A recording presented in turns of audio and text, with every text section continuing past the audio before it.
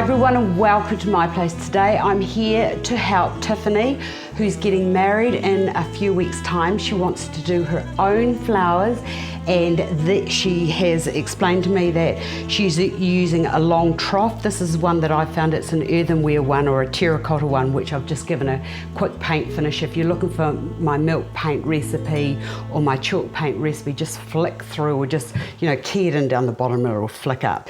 Now, she also said to me that she loved yellow calla lilies. She loved Solidago. If I showed her the leaves, whatever I used, she'd be happy with that. And if she couldn't get it, she would find a substitute. So I'm going to use the ruscus. I've also got these beautiful, what are they called? They're like calla leaves, no, anthurium leaves. And I thought that they would be lovely to go with these beautiful, aren't they just lovely? Calla lilies are so lovely. So Tiffany, I understand that it's a yellow wedding, and I'm really pleased to hear that somebody's wearing colour, because I think I'm getting sick of watching all of these girls in beige and nudes. It's lovely to see a colour. I've also found some hypericum berries, and you also said that your bouquets were going to be lisianthus. I found the closest that I could find.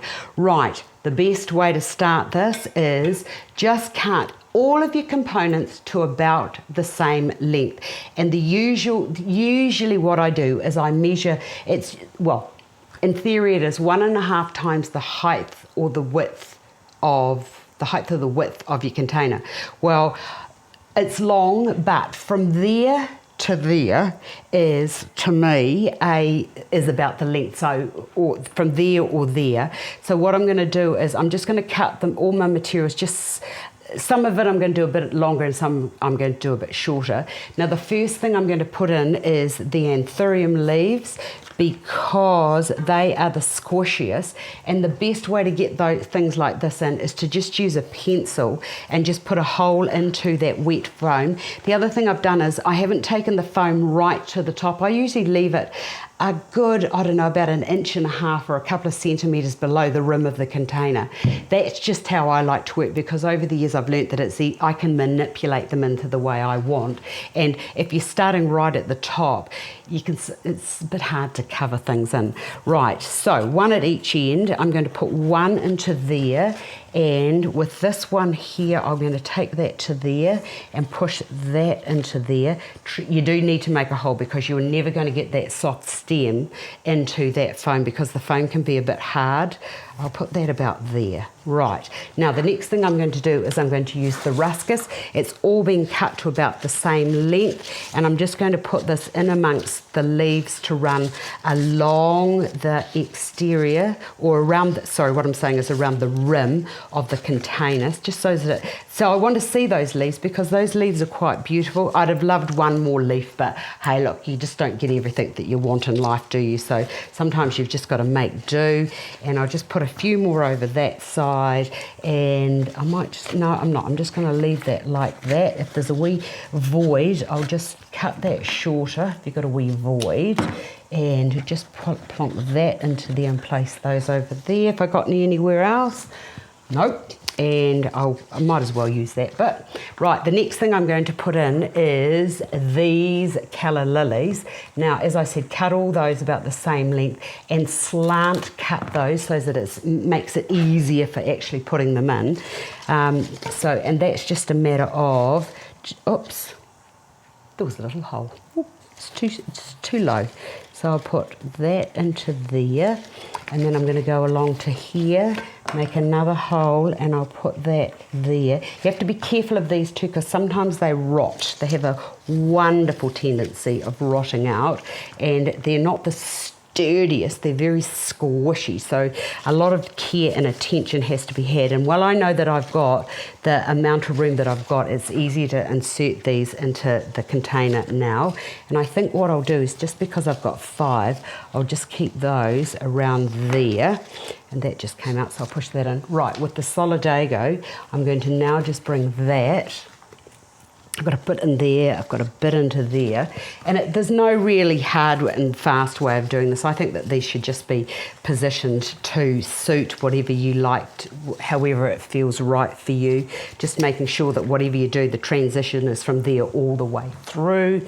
and I'll put another bit into there. Might as well use it all up. This is what I call a foliage filler. It's marvellous stuff.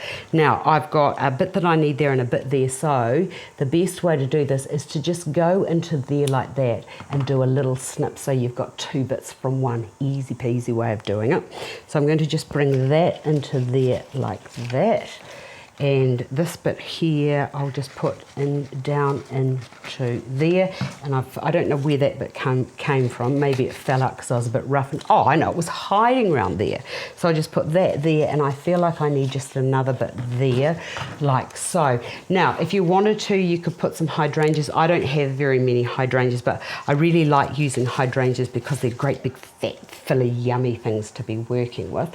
Now, I've only got 3 of those, so where I've cut those from outside, I'll just snip that bit off. I've got a bit over there, so what I'll do is, and you don't have to be too careful with the ruscus because it's quite a firm plant. Now, even though that's sort of like hiding down there, I can just give that a wee lift up like that.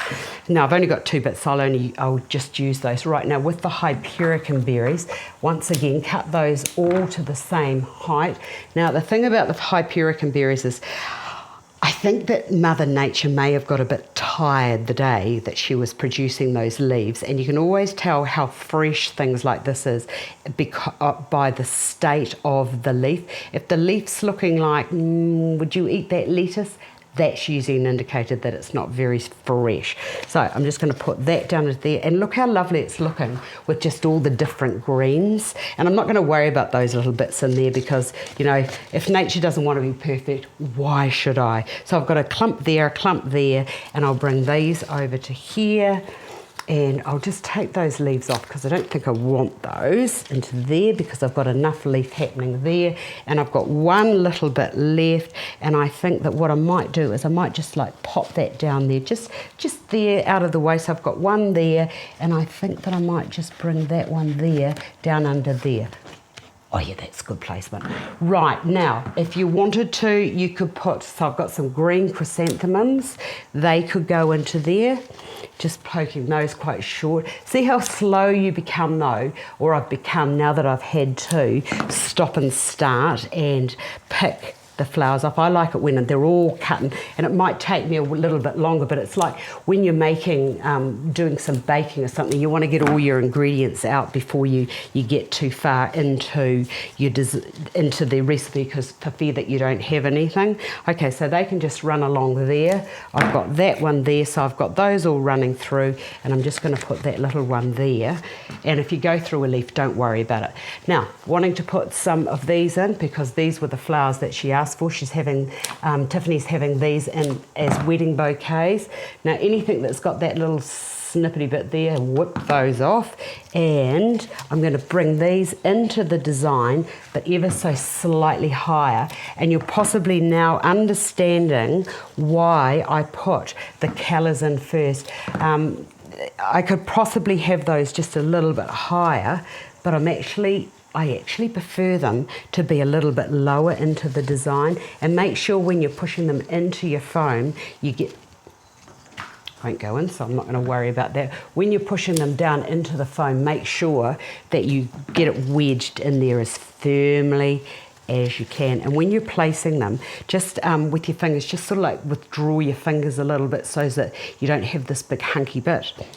And where possible, the other thing I think that's really interesting, or I'm really pleased happened, look, see that there, do you see that? See when it looks like that? I'll just show you. See how that's all like that? That's like limp lettuce, don't use it, just chuck it out because it's dying.